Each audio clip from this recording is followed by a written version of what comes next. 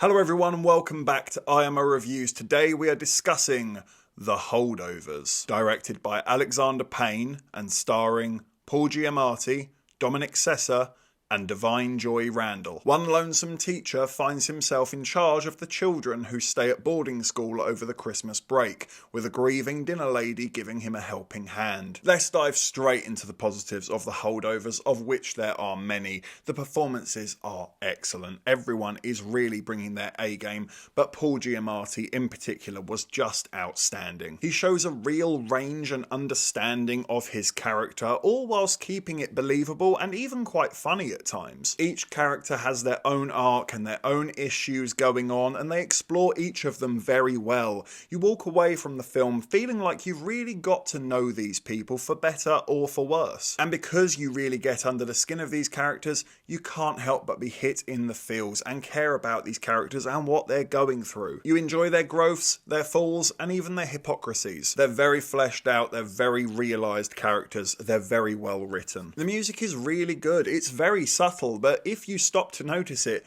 it's very enjoyable, as is the cinematography. It's very smooth and simplistic, and yet it's creative enough to keep it feeling fresh whilst respecting the time period. It definitely feels inspired by movies such as Dead Poets Society, but it's still original enough that it feels like it's doing its own thing. But unfortunately, I do have 2 or 3 complaints about the film, and they are only minor. It did feel weird watching a Christmas movie in January. I understand that that's just how the Brits have got it because release dates suck over here. In America, this was pre-Christmas, but unfortunately for us, we're getting it after the fact.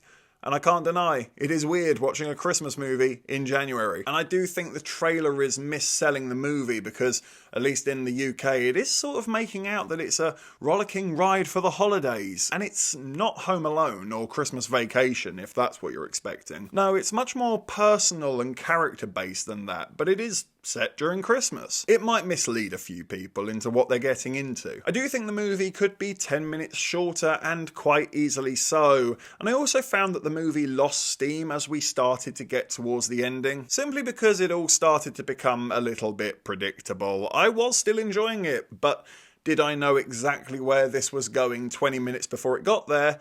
Yeah, 100%. So I'm going to give The Holdovers an 8 out of 10. This is a very sweet, well-written, well-performed film that's full of great laughs and heart and enjoyable characters while hitting on poignant ideas and themes throughout. I would highly recommend checking it out. Thank you for watching this review. Please be sure to hit that like button, hit the subscribe button if you haven't already, and please do hit the comment section as well. Have you seen The Holdovers?